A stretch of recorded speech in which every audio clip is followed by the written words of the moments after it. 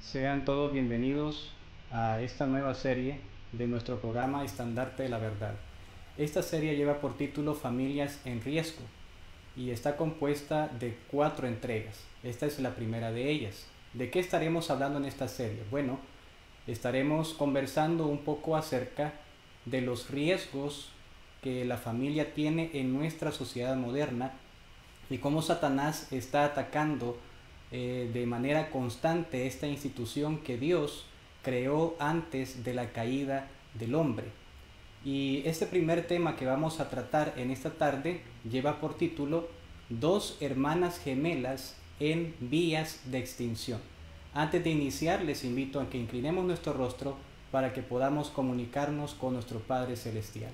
Amado Señor que estás en los cielos, en esta hora te damos las gracias por lo bueno que has sido con nosotros y porque en este momento nos permites poder estudiar tu palabra. Queremos pedir que tu Espíritu Santo nos pueda ayudar y que tú, Señor, puedas abrir nuestro pensamiento para que podamos entender tu verdad. Todo esto lo pedimos y lo agradecemos en el nombre de Jesús. Amén. Como les mencionaba hace unos minutos, el tema de esta tarde lleva por título Dos hermanas gemelas en vías de extinción. ¿De qué estaremos hablando en esta tarde? Prácticamente estaremos hablando acerca de dos instituciones que el Señor fundamentó antes de la caída del hombre y cómo el diablo ha estado atacando estas dos instituciones. Estas dos instituciones son el sábado y la familia. Para iniciar, quisiera leer una cita que está en el libro Hogar Cristiano, página 310. La sierva de Dios dice lo siguiente con respecto a estas dos instituciones que Dios fundamentó en la creación. Entonces tuvieron su origen dos instituciones gemelas para la gloria de Dios en beneficio de la humanidad. ¿Cuáles fueron esas dos instituciones? Vean lo que la cita nos dice: el matrimonio y el sábado. Es por esa razón el título de nuestra temática en esta tarde, dos hermanas gemelas. Y estas dos hermanas gemelas, estas dos instituciones gemelas que Dios fundamentó en la creación, precisamente fueron el sábado y el matrimonio. Dios creó estas dos instituciones para el beneficio del hombre, para que el hombre pudiese alcanzar plenitud de gozo en su relación con Dios. Por esa razón Él creó el sábado, y para que pudiese alcanzar plenitud de gozo en su relación con su prójimo. Por esa razón Dios crea la institución del matrimonio. Ahora, vayamos a los textos bíblicos que nos indican el momento preciso cuando Dios creó estas dos instituciones. Génesis capítulo 1, versículos 27 y 28 declara lo siguiente: y creó Dios al hombre a su imagen, a imagen de Dios lo creó, varón y hembra los creó, y los bendijo Dios y les dijo: fructificad y multiplicaos, llenad la tierra y sojuzgadla, y señoread en los peces del mar y en las aves de los cielos y en todas las bestias que se mueven sobre la tierra. En este texto podemos notar cómo Dios crea la primera institución para el beneficio del hombre, para el gozo del hombre. Y esa institución precisamente es la relación matrimonial. Dios le dijo a nuestros primeros padres antes de la caída que ellos habrían de unirse en matrimonio con el objetivo de multiplicarse, es decir, con el objetivo de perpetuar la raza humana en esta tierra. Así que el Señor crea esta institución, la institución del matrimonio, que por cierto es la primera institución que Él hizo en el principio. El matrimonio es un poco más antiguo aún que la institución del sábado. Pero no solamente Dios hizo el matrimonio antes de la caída, sino que también Dios instituyó el sábado como día de reposo antes de que el pecado entrase a esta tierra. Noten lo que nos dice Génesis capítulo 2, versículos 2 y 3.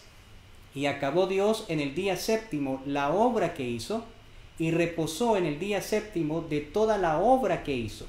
Y bendijo Dios al día séptimo y lo santificó, porque en él reposó de toda la obra que había hecho en la creación. Hay tres cosas que Dios bendijo al principio, y esas tres cosas fueron los animales, la institución matrimonial y el día de reposo, que es el sábado. Pero Dios hizo algo particular con el sábado. No solamente lo bendijo, dice el texto, sino que también lo reposó y lo santificó. Y estas tres acciones distintivas Dios las plasmó en un día específico de la semana. No es cualquier día, no es el primer día de la semana, sino es el séptimo día de la semana, el sábado. Los judíos conocen a esta institución con el nombre de Shabbat, que es el nombre en hebreo del sábado, el nombre original. Ahora, quiero mencionar en esta tarde que estas dos instituciones han estado en constante ataque. Y específicamente ahora en nuestra sociedad postmoderna, la institución del sábado y la institución del matrimonio están siendo atacadas constantemente por Satanás. Satanás está moviendo los hilos de este mundo, Satanás está moviendo las piezas del ajedrez y está colocando a estas instituciones en ataque. Ahora, ¿cuáles son los ataques que el sábado como día de reposo ha experimentado en nuestra sociedad moderna? Uno de esos ataques es el cambio del calendario. Ustedes pueden darse cuenta que aún incluso en algunos sistemas operativos de los celulares o en ciertas aplicaciones de los celulares, el día de reposo ha sido cambiado. Ya nosotros consultamos el calendario y podemos notar que el sábado no aparece como séptimo día, sino que el día domingo aparece como día séptimo, como día de reposo, como el fin de la semana, cuando la Biblia establece claramente que el séptimo día es el sábado. Este ataque en realidad no es un ataque nuevo. Este ataque se ha ido gestando conforme el tiempo ha pasado. Y antes, cuando los calendarios se imprimían, se pudo ver el inicio de este ataque.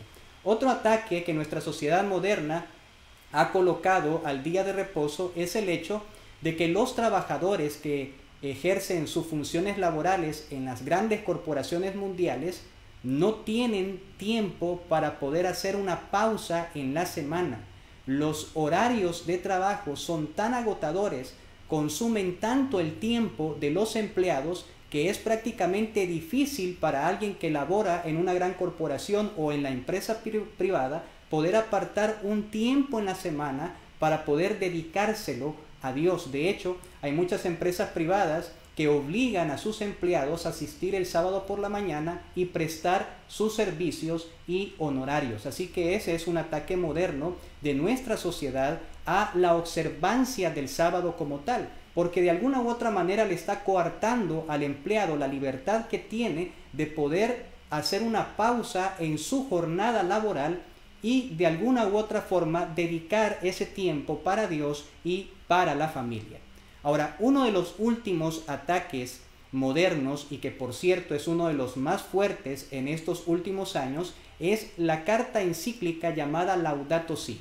Ahora, esta carta fue escrita por el Papa Francisco, que es el actual jerarca de la Iglesia Católica. ¿Qué es una encíclica? ¿En qué consiste este documento? Wikipedia nos dice lo siguiente con respecto a la definición de una carta encíclica. Para la Iglesia Católica, una encíclica papal es, en el sentido más estricto, una carta generalmente sobre algún aspecto de la doctrina católica, enviada por el Papa y dirigida por éste a los obispos católicos en un área en particular, o más frecuentemente a los obispos del mundo. Las encíclicas papales indican una alta prioridad para un tema en un momento dado. Ahora, algo que debo de mencionar con respecto a este asunto de las encíclicas es que cuando un papa realiza una encíclica, el contenido de ese documento no solamente va dirigido a los fieles de la Iglesia Católica, sino que también incluso al mundo en general, a los jerarcas, a los monarcas del planeta.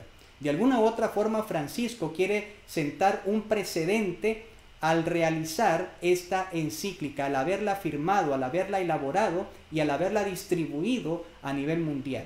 Así que el contenido de una carta encíclica no solamente abarca la feligresía católica, sino que también tiene el objetivo de generar influencia en el mundo entero, en el mundo secular y prácticamente en todas las demás denominaciones cristianas. Ahora, esta carta esta encíclica Laudato Si prácticamente es un llamado al mundo a cuidar el medio ambiente. El hombre ha deteriorado por tanto tiempo este planeta y es necesario que hoy, en este tiempo, el hombre tome más conciencia de ese deterioro y comience a generar acciones correspondientes para poder refrenar ese deterioro medioambiental que se está realizando, especialmente en los países altamente industrializados. Ahora, alguien podría decir en esta tarde, ¿y qué de malo tiene que el Papa haga un llamado a cuidar el medio ambiente? ¿Acaso la Biblia no dice que nosotros somos mayordomos del planeta que Dios nos ha dado en nuestras manos? ¿Acaso la palabra de Dios no resalta la obligación que tenemos de cuidar este planeta? La respuesta es sí. Dios nos ha hecho responsables del cuidado de este planeta. El problema con esta encíclica es que Francisco toma este problema y casa este problema con la observancia del día domingo como día de reposo. Ahí es donde se encuentra el punto en conflicto, porque de alguna u otra manera él trata de resolver este problema exponenciando uno de los dogmas más importantes de la Iglesia Católica. Y uno de esos dogmas es el falso día de reposo que ellos poseen. Para los católicos el domingo es la máxima fiesta semanal, es el día donde se celebra la Eucaristía, es considerado el día de reposo. Ahora, en el enunciado 237 de esta carta encíclica, Francisco declara lo siguiente: el domingo, la participación en la Eucaristía tiene una importancia especial. Ese día, así como el sábado judío, se ofrece como día de la sanación de las relaciones del ser humano con Dios, consigo mismo, con los demás y con el mundo. El día de descanso, cuyo centro es la Eucaristía, derrama su luz sobre la semana entera y nos motiva a incorporar el cuidado de la naturaleza y de los pobres. Vean ustedes cómo él utiliza la problemática del deterioro medioambiental para relacionarla con el domingo. Francisco está diciendo que si los países apartan un día de reposo, específicamente el día domingo, para hacer cesar toda la actividad laboral, toda la actividad económica, toda la actividad industrial, los países pudiesen generar un gran alivio al ambiente del planeta y de alguna u otra forma revertir con el paso del tiempo todo lo que el hombre ha hecho en contra del medio ambiente. Ahora, me llama la atención lo que dijo el presidente de Estados Unidos en aquella época, Barack Obama. Francisco publicó esta encíclica el 18 de junio del año 2015 y precisamente por la tarde Barack Obama declaró lo siguiente con respecto a esa encíclica: admiro profundamente la decisión del Papa de llamar a la acción sobre el cambio climático de manera clara, fuerte y con toda la autoridad moral que su posición le confiere. Tengo esperanza de que todos los líderes del mundo y todos los hijos de Dios reflexionarán sobre el llamado del Papa Francisco de estar unidos en el cuidado de nuestra casa común. Tenemos una responsabilidad profunda de proteger nuestros hijos y los hijos de nuestros hijos de los impactos dañinos del cambio climático. Es importante considerar que una vez que Francisco publicó este documento, el primero en pronunciarse a favor de este documento fue la máxima potencia mundial, los Estados Unidos de Norteamérica. Y esto de alguna u otra forma nos muestra, hermanos, que la profecía no se equivoca. Cada vez que el papado realiza movimientos claves en el panorama profético, el primero en apoyar es los Estados Unidos de Norteamérica. Nosotros sabemos a la luz de Apocalipsis capítulo 13 que estos dos poderes habrán de unirse al final de los tiempos y establecerán las condiciones para poder llevar al mundo a una crisis mundial de conciencia.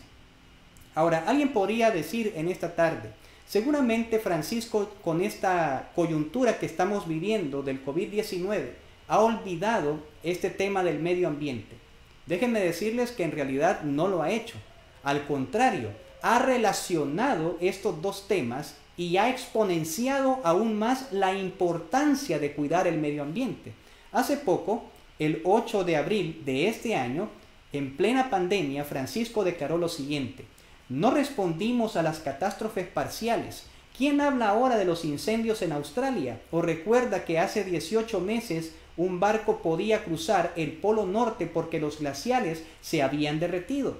¿Quién habla ahora de las inundaciones? No sé si se trata de la venganza de la naturaleza, haciendo relación al virus del COVID-19, pero ciertamente son las respuestas de la naturaleza. En otras palabras, él está diciendo que esta pandemia que el mundo está enfrentando es el resultado directo del descuido del medio ambiente. Es la venganza del planeta en contra del ser humano por haber descuidado el medio ambiente. Así que Francisco no ha olvidado este asunto. Al contrario, ha tomado la coyuntura actual y ha relacionado esa coyuntura con el tema del cuidado del medio ambiente. Y obviamente dentro del tema del cuidado del medio ambiente se encuentra la encíclica Laudato Si. Ahora, muchas personas piensan que este asunto de la ley dominical prácticamente se va a decretar de una manera clara y directa, es decir, no va a utilizar ningún tipo de envoltorio. Sin embargo, es importante que nosotros consideremos la siguiente cita que encontramos en Eventos de los Últimos Días en la página 112. Vean lo que Elena de White menciona con respecto al decreto dominical y al envoltorio engañoso que el diablo va a utilizar para poder cubrir esta ley.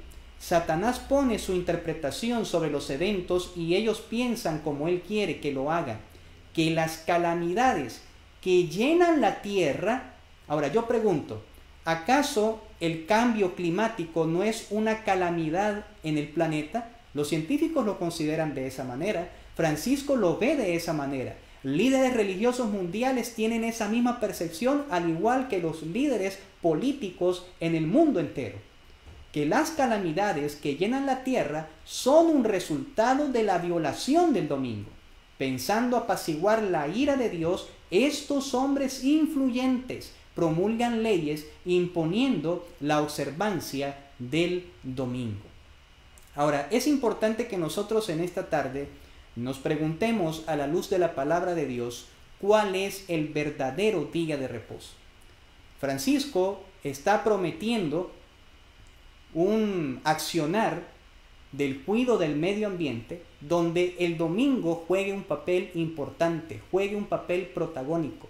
De hecho, en el enunciado 237 de la encíclica Laudato Si, tal y como lo leímos hace unos minutos, él está proponiendo que el domingo sea un día de descanso, un día de reposo para el mundo, un día que habrá de beneficiar al mundo entero, ya que se habrá de apagar prácticamente el planeta por un día en la semana. La industria va a cesar, la economía, las labores, las personas tendrán tiempo para dedicárselo a su familia y también a Dios. Ahora, ¿cuál es el verdadero día de reposo? ¿Qué nos dice la palabra de Dios con respecto a este asunto? ¿Qué les parece si le preguntamos a Jesucristo, a nuestro máximo ejemplo, cuál es el día de reposo? Marcos capítulo 2, versículo 27 y 28 declara lo siguiente: también les dijo, el día de reposo fue hecho por causa del hombre, y no el hombre por causa del día de reposo. Y el versículo 28 declara, por tanto, el Hijo del Hombre es Señor aún del día de reposo. Vean ustedes que acá Cristo nos está mencionando que el sábado fue hecho para el beneficio del hombre, para que el hombre pudiese alcanzar plenitud de gozo, para que el hombre pudiese sentirse completo. Y es que cuando una persona ha entendido la observancia del sábado, esa persona sin duda alguna puede comprender los beneficios de reposar un día a la semana. Las energías físicas, las energías espirituales, las energías mentales son recargadas. Nuestra mente reinicia para poder enfrentar los desafíos de la próxima semana. Dios hizo el sábado para que el hombre fuese altamente beneficiado, para que sus energías fuesen recargadas una vez a la semana. Y eso es lo que nos dice el versículo 27. Pero el versículo 28 nos declara que Cristo es el Señor del sábado. no es el Señor del primer día de la semana. No es el Señor de un día de la semana que nosotros queramos dedicarle a Él. Cristo dice claramente en el versículo 28 que Él es Señor aún del día de reposo. ¿Y cuál es el día de reposo? Génesis capítulo 2, versículo 2 y 3 nos muestra que el día de reposo es el sábado. Pues en ese día Dios reposó, Dios lo bendijo y Dios lo santificó. Así que para la Biblia el sábado todavía tiene vigencia. Y uno de los argumentos más poderosos que nosotros podemos mostrar con respecto a la vigencia del sábado es que el sábado a lo largo de todas las edades ha mantenido su vigencia en el tiempo. Es decir, el sábado que nuestros primeros padres guardaron hace 6.000 años atrás es el mismo sábado que nosotros estamos guardando hoy en día y será el mismo sábado que habremos de reposar durante toda la eternidad en la tierra nueva. Ustedes pueden observar en pantalla un diagrama que nos ayudará a poder tener en claro que el sábado no ha perdido su vigencia en el tiempo. Vamos a colocar esta diapositiva en pantalla completa para que ustedes puedan apreciarla mejor aún. Esta línea de tiempo representa toda la historia humana. Y esta línea de tiempo está dividida especialmente en dos grandes secciones, el Antiguo Testamento y el Nuevo Testamento. Ahora, comencemos en el principio, en la creación, en el año 4004 a.C., cuando Dios hizo a nuestros primeros padres, a Adán y a Eva. Génesis capítulo 2, versículo 2 y 3 nos dice que Dios reposó en sábado, que Dios bendijo ese día y que Dios lo santificó. Esas tres acciones hicieron del sábado un día de reposo, un día especial, un día distintivo durante toda la semana. La Biblia nos dice que Dios reposó ese día. Y Dios reposó ese día juntamente con los padres de la raza humana, con Adán y Eva. El primer día que nuestros primeros padres pudieron vivir en esta tierra, recién salidos de las manos de Dios, fue un día sábado. Ahora, avancemos en nuestra línea de tiempo y vayamos ahora a la edad de los patriarcas. El más grande de todos los patriarcas, Abraham. Nos estamos situando en la línea del tiempo en el año 1950 a.C. ¿Qué día guardó Abraham? Génesis capítulo 26, versículo 5 nos dice que Abraham guardó las ordenanzas, los estatutos y los mandamientos de Dios. Y dentro de esas ordenanzas, dentro de esos estatutos, dentro de esos mandamientos se encontraba el sábado como día de reposo. Así que podemos decir con toda firmeza, con toda confianza, que Abraham, al guardar las ordenanzas y los mandamientos de Dios, también observó el día sábado, el mismo día de reposo que Adán y Eva observaron al principio en la creación. Vayamos ahora a la época del Éxodo, 1491 a.C., un año clave dentro de nuestra línea de tiempo. ¿Por qué razón? Antes de que Dios diese la ley al pueblo de Israel, sucedió algo interesante en el capítulo 16 del libro de Éxodo. Dios le proveyó al pueblo de Israel alimento del cielo, alimento elaborado en las panaderías celestiales, un alimento nutritivo, un alimento que tenía todas las vitaminas y todos los nutrientes necesarios para que el pueblo pudiese mantenerse sano en su peregrinaje hacia la Canaán terrenal. En ese año 1491, a través del incidente del maná, Dios le enseñó al pueblo de Israel la importancia de observar el sábado. ¿Por qué razón?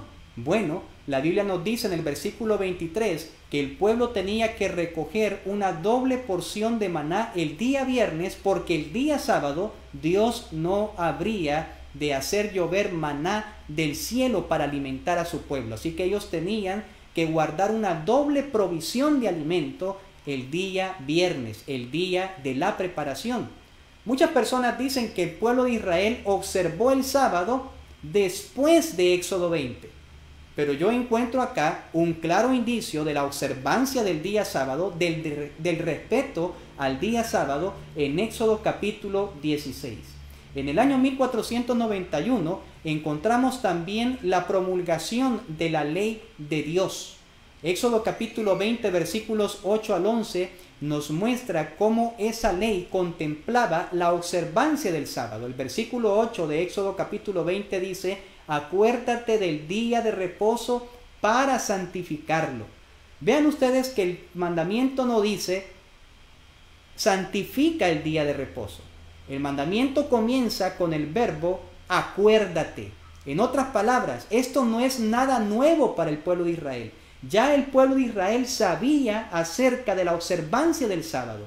Lo único que Dios está haciendo acá en los 10 mandamientos es recordarle al pueblo la importancia del día de reposo. Pasemos ahora a la época de los reyes, año 1004 a.C. Uno de los más grandes jerarcas dentro del pueblo de Israel fue el rey Salomón. En el segundo libro de Crónicas, capítulo 8, versículos 13 y 14, encontramos que Salomón, cuando inauguró el templo en Jerusalén, ordenó que se siguiese observando el sábado y que el sábado fuese una de las fiestas principales dentro del templo. Pasemos ahora a la época de los profetas, el más grande de todos los profetas del Antiguo Testamento, el profeta Isaías, en cuyo libro encontramos prácticamente todo el contenido del Evangelio. El libro de Isaías es, en el Antiguo Testamento, una Biblia en miniatura. Isaías nos habla acerca de la creación. Isaías nos habla acerca de la solución que Dios proveyó para el pecado. Y uno de los capítulos especiales de este libro, del libro de Isaías, es el capítulo 53. En este capítulo podemos encontrar el relato del siervo sufriente que tipifica a Cristo, muriendo por nosotros en la cruz del Calvario, entregando su vida para que nosotros pudiésemos obtener la salvación. Isaías también nos habla acerca de los eventos finales. Hay muchas doctrinas fundamentales que encontramos en el libro de Isaías. Pero en el capítulo 58, versículos 13 y 14, ustedes recuerdan que en ese texto Isaías da una bienaventuranza a todos aquellos que observan con plena conciencia el sábado. Esa bienaventuranza muestra de alguna u otra forma que aún en la época de los profetas el sábado todavía se encontraba vigente. Ahora, alguien podría decir, pero eso fue en el Antiguo Testamento. Ya en el Nuevo Testamento las cosas cambiaron. Ya el sábado fue mudado a día domingo y el domingo se consideró como día de reposo. Ese es el pensamiento del cristianismo moderno. Pero ¿la Biblia estará en armonía con ese pensamiento? Iniciemos la segunda etapa de nuestra línea de tiempo con el Nuevo Testamento, específicamente con el personaje más importante de todas las Escrituras, Jesucristo. En el año 27 después de Cristo, cuando Él inaugura su ministerio, hay dos incidentes que ratifican que el sábado seguía vigente en los tiempos de Cristo. El primero de ellos se encuentra en Lucas el capítulo 4 versículo 16. Ese texto nos dice que Cristo, tal y como tenía por costumbre, iba todos los sábados a la sinagoga para poder leer la Escritura. Es decir, Jesucristo constantemente guardó el sábado. La observancia del sábado formaba parte del estilo de adoración de Cristo acá en la tierra. Marcos capítulo 2, versículo 27 y 28 nos dice que Cristo se declaró Señor del día de reposo.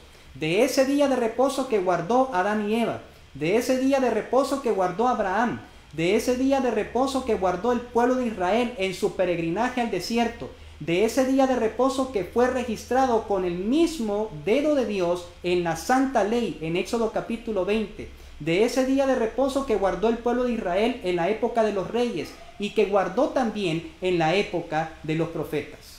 Cristo se declaró Señor aún del día de reposo. Ahora, hay muchas denominaciones cristianas, específicamente el catolicismo romano, que guarda un profundo respeto y veneración a María. ¿Qué día guardó María después de la muerte de Cristo. En el año 31 después de Cristo, en Lucas capítulo 23, versículos 54 al 56, encontramos que María observó el sábado como día de reposo. Ese pasaje nos dice que ella hizo todos los preparativos necesarios para la sepultura de su hijo, porque al día siguiente era día sábado. Es decir, ella quería observar el sábado y ceñirse a el mandamiento como tal.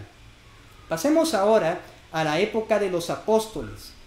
Hay dos apóstoles muy reconocidos en el Nuevo Testamento. El primero de ellos es el apóstol Pablo, un hombre implacable, un hombre que llevó el evangelio a todo el mundo en aquella época, un hombre que llevó las buenas nuevas de salvación a Asia Mayor y también a Asia Menor. No hay ningún lugar en todo el mundo conocido de aquella época que el apóstol Pablo no haya visitado y en el cual no haya predicado las buenas nuevas del evangelio. Este hombre, un hombre profundamente respetado en la iglesia primitiva, ¿cuál fue el día de reposo que Pablo observó? En sus primeros viajes, en sus viajes misioneros, los cuales se realizaron entre los años 47 al 53 después de Cristo, encontramos que Pablo recurrentemente observó el día de reposo. Y no solamente lo observó para estudiar las escrituras con los judíos, la Biblia también nos dice que reposó en día sábado y que en día sábado observaba también las delicias de ese día de reposo con los gentiles, estudiando la palabra de Dios con ellos. En el año 96 después de Cristo, el discípulo amado Juan recibió la famosa revelación del Apocalipsis, una visión de todos los acontecimientos finales, de todo lo que habría de ocurrir antes de la segunda venida de Cristo. ¿En qué año el apóstol Juan recibe esa revelación? Apocalipsis capítulo 1 versículo 10 declara que él estaba en el día del Señor cuando recibe la visión del Apocalipsis.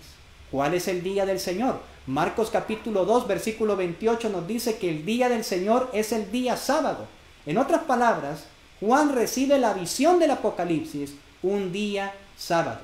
Y vean ustedes que estos acontecimientos, el acontecimiento de María en el 31 después de Cristo, la observancia del sábado por parte de Pablo entre los años 47 al 53 después de Cristo, la recepción de la visión apocalíptica al apóstol Juan en el año 96 después de Cristo en día sábado, son eventos posteriores a la muerte de Cristo.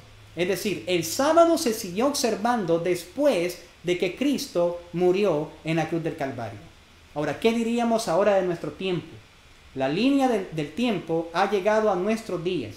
Apocalipsis capítulo 12, versículo 17, nos muestra que Dios en este tiempo, en el tiempo del fin, levantaría un pueblo con dos características fundamentales. La primera de ellas, guarda los mandamientos de Dios. Vean ustedes que no dice que guardaría algunos mandamientos de la ley, o que guardaría 9 mandamientos más un mandamiento que él habría de acomodar. La Biblia no dice eso. La Biblia dice que Dios levantaría un pueblo en el tiempo del fin que guardaría los 10 mandamientos, incluyendo el mandamiento del sábado. Apocalipsis capítulo 14, versículo 7 nos dice que este pueblo no solamente observaría los mandamientos, sino que también habría de proclamar la verdad del sábado a toda nación, tribu, lengua y pueblo, instando a las personas a adorar a aquel que hizo los cielos, la tierra, el mar y las fuentes de las aguas. Y en Éxodo capítulo 20, versículos 8 al 11, se nos dice que el sábado tiene que ser observado, porque en 6 días Dios hizo los cielos, la tierra, el mar y las fuentes de las aguas. Es decir, hay una relación directa entre la proclamación del primer ángel en Apocalipsis capítulo 14, versículo 7, con la observancia del sábado que está registrada en Éxodo capítulo 20, versículos 8 al 11. Ahora, vayamos a la eternidad.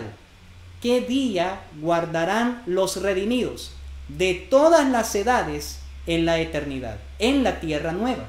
Isaías capítulo 66, versículos 22 y 23 nos dice que será de mes en mes y de sábado en sábado, que vendrá toda carne a adorar a Jehová. Es decir, el sábado será observado durante toda la eternidad en la tierra restaurada.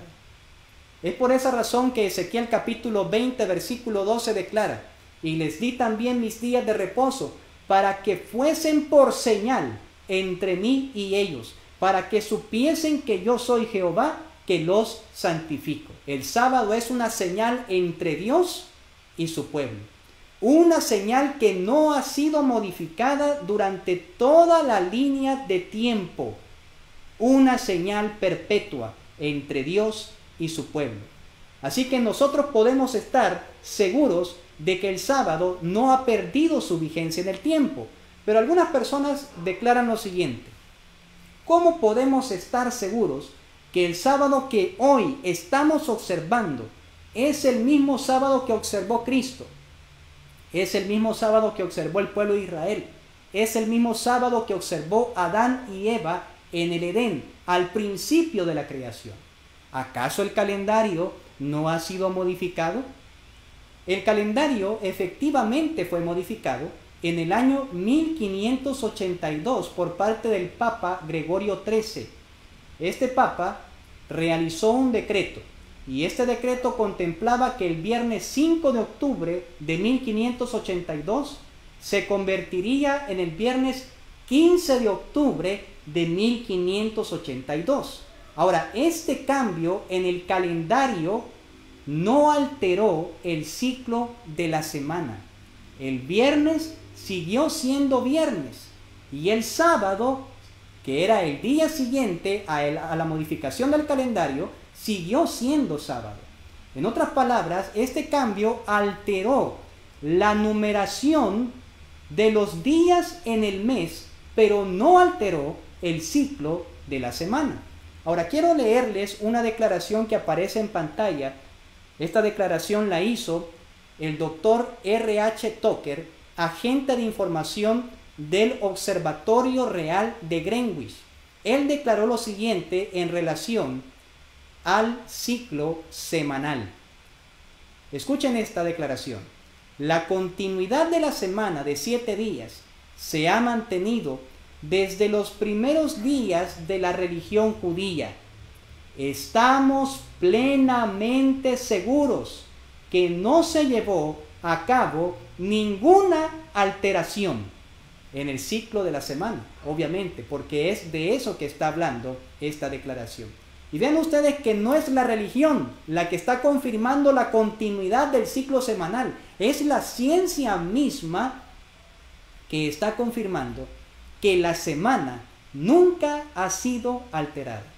Así que podemos estar completamente seguros que el sábado que hoy estamos observando es el mismo sábado que observó Adán y Eva en el Edén, es el mismo sábado que observó Abraham y los demás patriarcas, es el mismo sábado que observó el pueblo de Israel durante su éxodo, durante su peregrinaje hacia la Canaán terrenal. Es el mismo sábado que observó el pueblo de Israel en la época de la monarquía. Es el mismo sábado que observó el pueblo de Israel en la época de los profetas. Es el mismo sábado que observó Cristo. Es el mismo sábado que observó María. Es el mismo sábado que observó el apóstol Pablo. Es el mismo sábado que observó el apóstol Juan. Y será el mismo sábado que nosotros habremos de observar durante toda una eternidad. El sábado no ha perdido su vigencia en el tiempo. Ahora vayamos a la segunda institución. Esta institución es el matrimonio. Recuerdan ustedes que en la cita del Hogar Cristiano, Elena de White habla de dos instituciones gemelas: el sábado y el matrimonio. Y estas dos instituciones, como lo he mencionado anteriormente, fueron establecidas para el beneficio del hombre, para el gozo del hombre. Al igual que el sábado, el matrimonio ha recibido diferentes ataques por parte de nuestra sociedad postmoderna. Uno de esos ataques es el feminismo. El feminismo aboga prácticamente para que ya no exista ningún tipo de roles entre el hombre y la mujer. Es decir, los roles que el hombre tradicionalmente y por diseño de Dios ha realizado en la familia durante siglos ya no son roles exclusivos de él. Ahora también las mujeres pueden realizar ese tipo de roles. Y el feminismo no solamente ha invadido nuestra sociedad moderna, sino que también incluso el pensamiento feminista ha permeado el cristianismo en gran manera. Ahora, yo no estoy diciendo que las mujeres no tienen derechos. Claro que los tienen. Las mujeres tienen los mismos derechos que los hombres. Yo no estoy diciendo que los hombres valemos más que las mujeres, en ninguna manera. Ambos valemos lo mismo. Cristo no vino a morir por los hombres. Cristo vino a morir por la raza humana. Ontológicamente hablando, tenemos el mismo valor delante del sacrificio que Cristo hizo en favor nuestro en la cruz del Calvario. No hay un hombre que valga más que una mujer. Ahora, hombres y mujeres, a pesar de que tienen el mismo valor, tienen roles diferentes que realizar en la familia y en la iglesia. El apóstol Pablo es claro con respecto a este asunto. Pablo dice en Efesios el capítulo 5, cuáles son los roles del hombre en el hogar y cuál es el rol de la mujer en el hogar también. Pablo dice en relación a los hombres que ellos tienen que amar a sus esposas y entregarse por ellas como Cristo lo hizo por la iglesia. Es decir, el hombre tiene que amar con un amor sacrificial a su esposa, estar dispuesto a entregarlo todo por ella, porque de alguna u otra forma el matrimonio ilustra la relación sacrificial de Cristo para con la iglesia. Y así como Cristo es la cabeza de la iglesia, esa cabeza que lidera con amor, esa cabeza que lidera con respeto y comprensión a la iglesia, así también el hombre tiene que ser el jefe de su familia y tiene que liderar con amor, con respeto y con comprensión su familia. Pero el feminismo ha tratado de destruir este diseño perfecto que Dios ha hecho para las familias. Tenemos también otro ataque moderno por parte de nuestra sociedad a la institución matrimonial, y es el movimiento del pañuelo verde, el famoso movimiento abortista que últimamente ha tenido bastante fuerza en diferentes países modernos. Este movimiento prácticamente aboga por el asesinato de los infantes. Los abortistas llaman al aborto la interrupción del embarazo. El aborto en realidad no es la interrupción del embarazo. Una interrupción es algo que se puede reanudar, pero el aborto no puede reanudar el embarazo. Una vez que una mujer ha abortado, su embarazo es prácticamente finalizado. Y el aborto no tiene nada que ver con una interrupción. El aborto simple y sencillamente es el asesinato de un niño no nacido.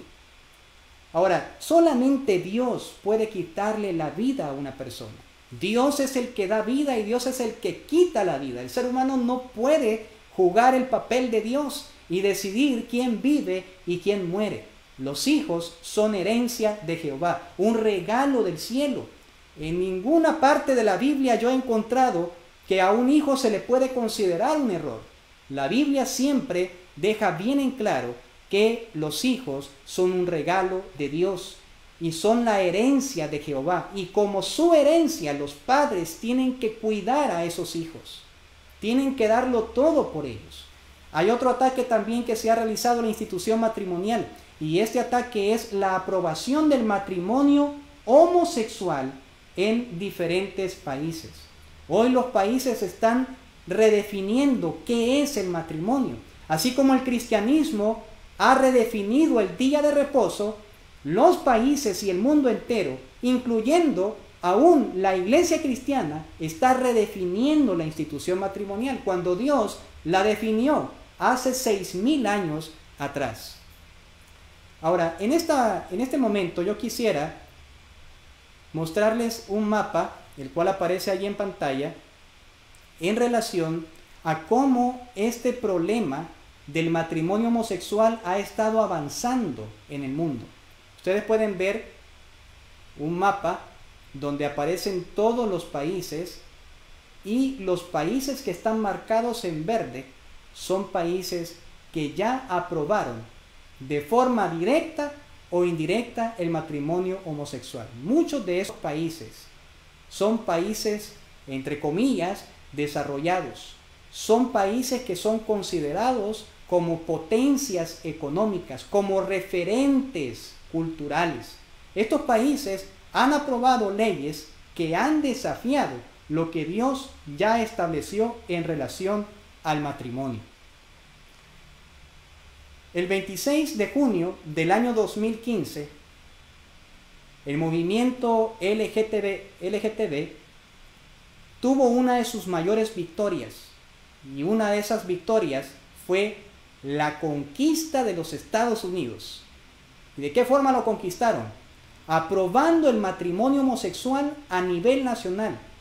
Ya este matrimonio se había legalizado en ciertos estados de los Estados Unidos de Norteamérica, pero no existía una ley que obligara a todos los estados a aprobar las uniones homosexuales. Y vean lo que dijo Barack Obama con respecto a la aprobación del matrimonio homosexual. Barack Obama, que fue un candidato a la presidencia de los Estados Unidos, que posteriormente se convirtió en uno de los presidentes demócratas más influyentes de este siglo, un hombre que había dicho en su campaña que estaba en contra del matrimonio homosexual, que estaba en contra del aborto, ese mismo día por la tarde, Obama declaró lo siguiente: hoy podemos decir, dijo, que Estados Unidos, es una nación un poco más perfecta.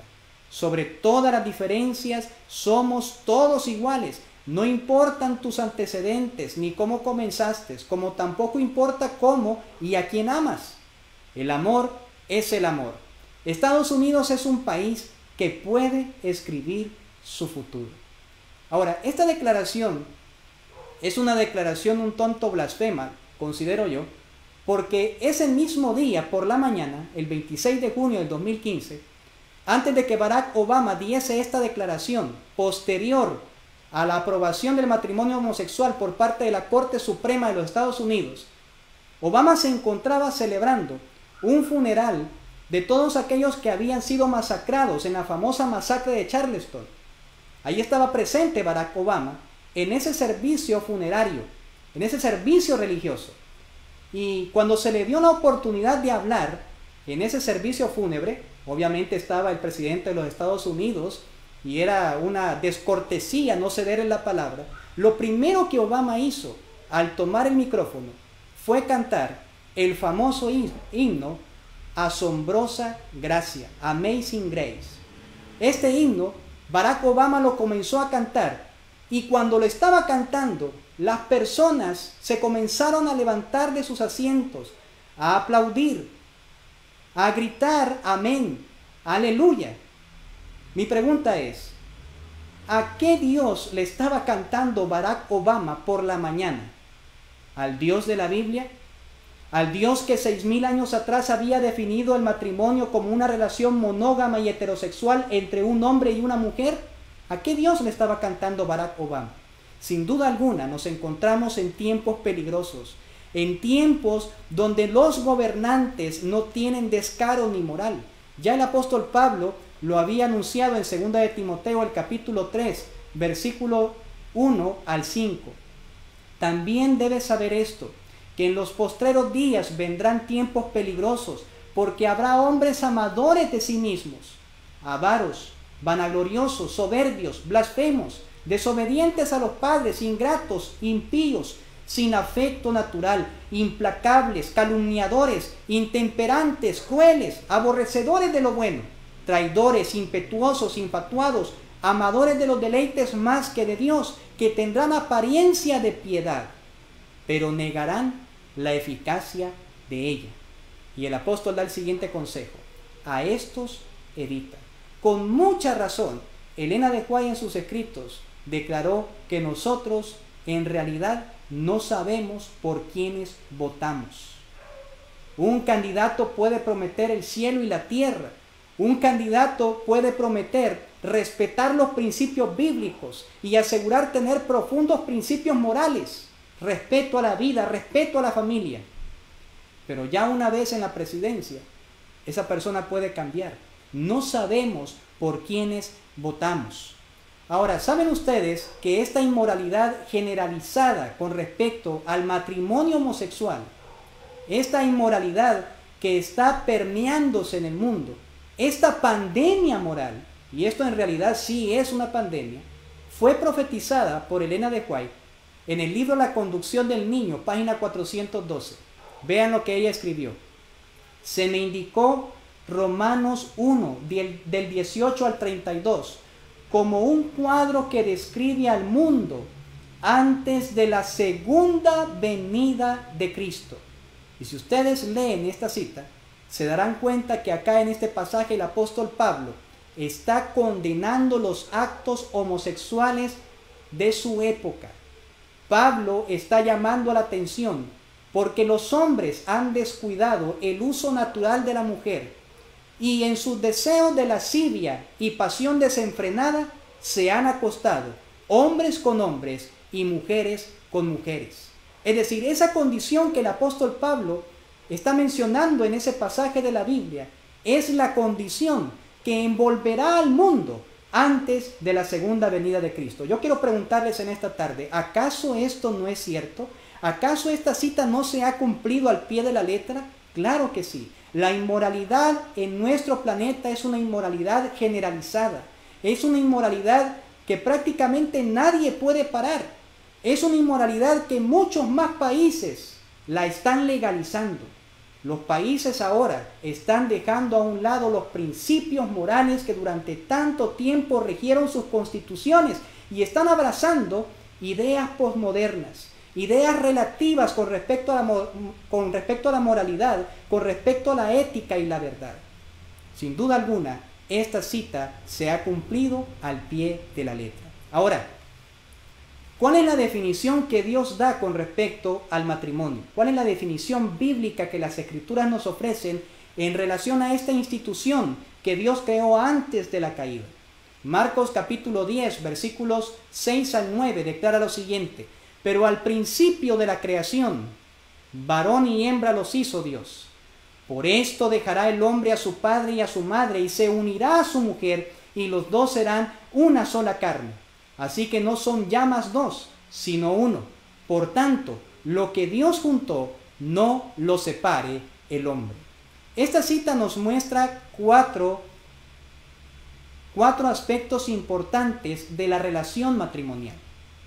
En primer lugar, el matrimonio para Cristo, porque es Cristo quien está dando esta definición, el matrimonio para Cristo es una institución creada por Dios. No es una institución creada por los gobiernos. No es una institución que puede ser redefinida en una asamblea legislativa o en una Corte Suprema de Justicia. No, el matrimonio fue creado por Dios hace 6,000 años atrás. Ya Dios ha definido qué es el matrimonio. El matrimonio es un invento de Dios, no es un invento humano. En segundo lugar, el matrimonio es una relación heterosexual y monógama. Vean ustedes que Jesucristo dijo claramente en Marcos 10, 6 al 9, que el hombre se unirá a su mujer. No dice el hombre se unirá a su hombre. No dice la mujer se unirá a su mujer. No dice la mujer se unirá a sus hombres o el hombre se unirá a sus mujeres. No, la definición dice claramente el hombre se unirá a su mujer. Esto significa que el matrimonio es una relación heterosexual entre un hombre y una mujer y monógama, es decir, solamente es una relación entre dos partes. No puede existir espacio para una tercera persona en la relación matrimonial, a excepción de Dios, que le da fundamento y base a cada hogar. El tercer tópico que debemos de mencionar en esta tarde con respecto a la institución matrimonial, a la definición bíblica que Cristo da del matrimonio, es que el matrimonio es un compromiso de madurez. Jesucristo dijo en Marcos el capítulo 10 que el hombre dejará a su padre y a su madre y se unirá a su mujer. Esto significa que una persona que esté pensando en casarse tiene que tener madurez emocional, madurez física y también solvencia económica, pues está asumiendo una nueva responsabilidad, está asumiendo la comandancia de un nuevo hogar y no puede depender de sus padres. Obviamente los padres siempre van a estar ahí para nosotros, para darnos buenos consejos, para darnos consejos oportunos con respecto a ciertas situaciones que se presentan en la vida. Un padre nunca deja de ser padre y siempre va a tender a aconsejar a sus hijos, y nosotros como hijos deberíamos de abrir siempre nuestros oídos para escuchar el consejo sabio de la lengua de nuestros padres. No podemos ser caso omiso a eso. De hecho, parte de honrar a padre y madre es escuchar sus consejos prácticos para conducirnos en la vida. Pero el hecho de escuchar consejos es muy diferente al hecho de depender económicamente de mi padre o depender emocionalmente de mi padre. Hay matrimonios que cuando tienen algún altercado entre ellos, lo primero que hacen es buscar a sus padres y huir a la casa de sus padres, buscar refugio en la casa de sus padres.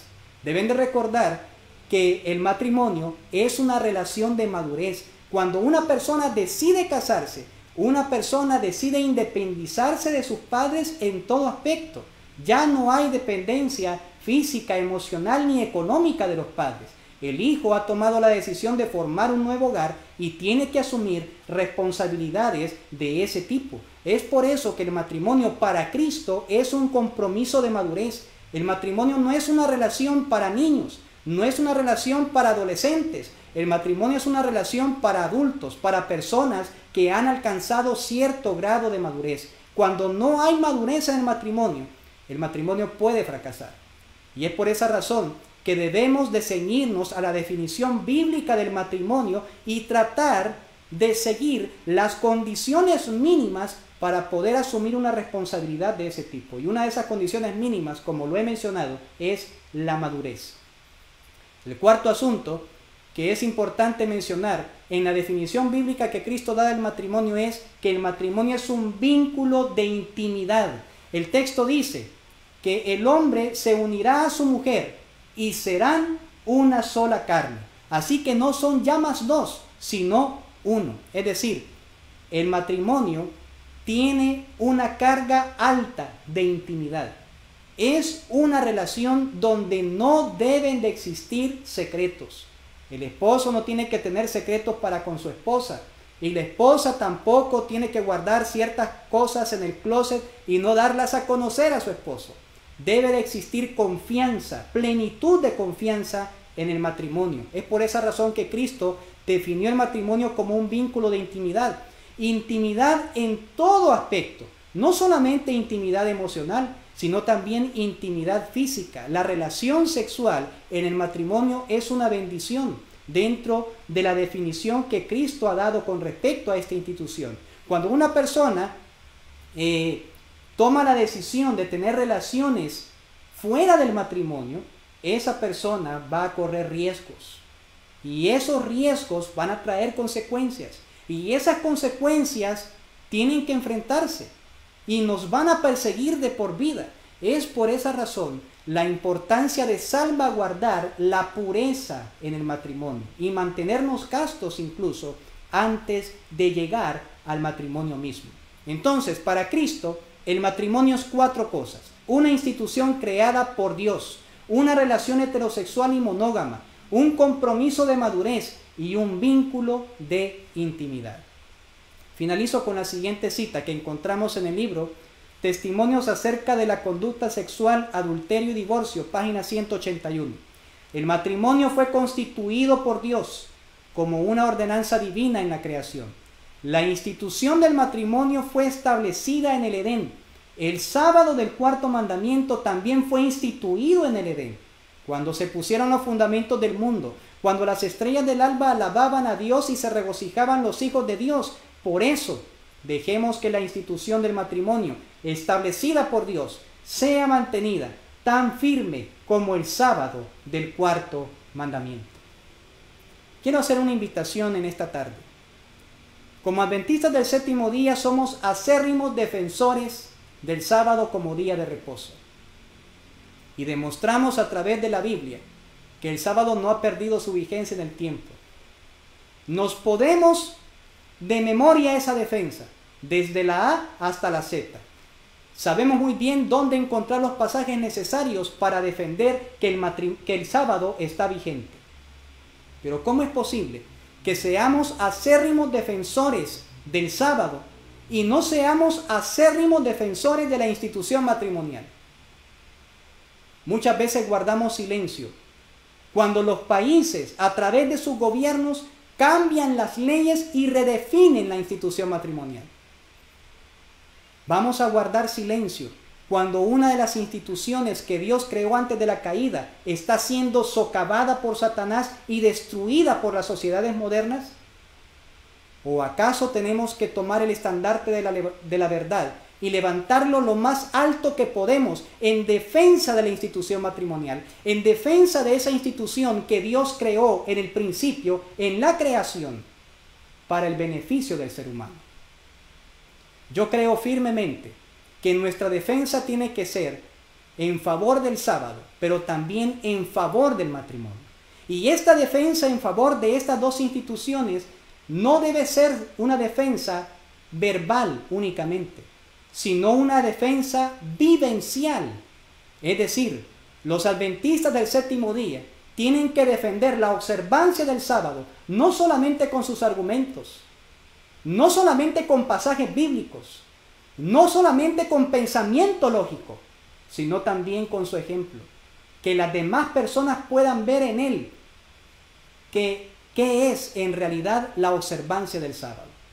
Ahora vamos a la institución matrimonial. El adventista del séptimo día no solamente tiene que defender con argumentos y pasajes bíblicos la institución matrimonial, sino que también tiene que defender la institución matrimonial con su propio ejemplo, que las demás personas puedan ver que su matrimonio es un matrimonio ejemplar, que las demás personas pueden ver que en su matrimonio hay roles definidos, que las demás personas pueden ver que en su matrimonio vive Cristo, que las demás personas puedan observar que en su matrimonio se respira un ambiente de tranquilidad, un ambiente de paz, un ambiente de amor.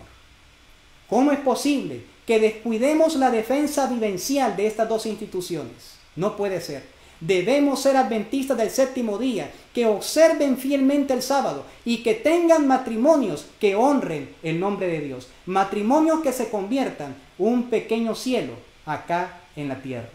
Que Dios pueda bendecirles en esta tarde y que podamos comprender que el Señor desea que nosotros como cristianos, como adventistas del séptimo día, seamos acérrimos defensores de la institución matrimonial, pero también acérrimos defensores del sábado, no solamente con nuestras palabras, sino también con nuestro ejemplo.